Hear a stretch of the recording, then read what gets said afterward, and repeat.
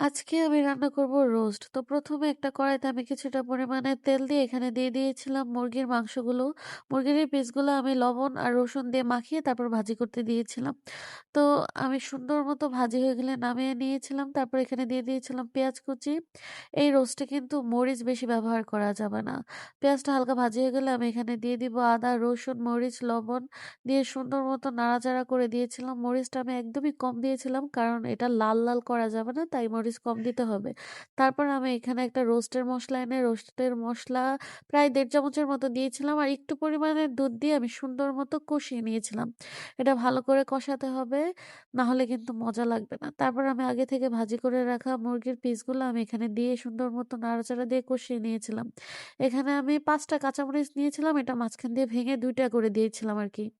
তারপর আমি এটা কষানো হয়ে গেলে একটু পরিমাণে দুধ দিয়ে নামিয়ে নিয়েছি। এটা খুবই মজা হয়।